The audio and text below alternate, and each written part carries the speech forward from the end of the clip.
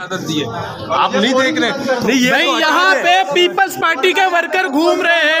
आप presiding officer हो, घूम रहे, मैं जमात वाला हूँ, मैं भी सब जगह घूम रहे हैं ना। तो ये पीटीआई जो पीपल्स पार्टी के वर्कर्स घूम रहे हैं, ये देखिए, ये अभी इसने ये फेंक दिया, ये देखो बात, ये वो आप नहीं दे रहे,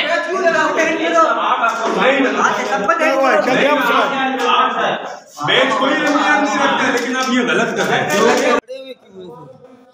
ये देखिए, ये माशाल्लाह हमारे ये प्रेसिडेंट अफसर ये सारे यहाँ सारे पड़े हुए, वोट भी पड़े हुए यहाँ पे। ये धांधली हो रहा है लियारी 1 में। ये पहले हुकूमती नुमाइंदा यहाँ आए, यहाँ सील तोड़े हुए, यहाँ डब्बे चेयरमैन के लिए खुले हुए। ये देखिए, हम इलेक्शन फाइट कर रहे हैं यहाँ पे। आप स्टैम्प है ना बीजी, ये स्टैम्प देखें, एक्स्ट्रा स्टैम्प पड़े हुए यहाँ पे। हमारे वोट कास्ट हो रहे, बुला लें आप सिक्योरिटी को। ये सील पड़े हुए, मैं कैंडिडेट हूँ।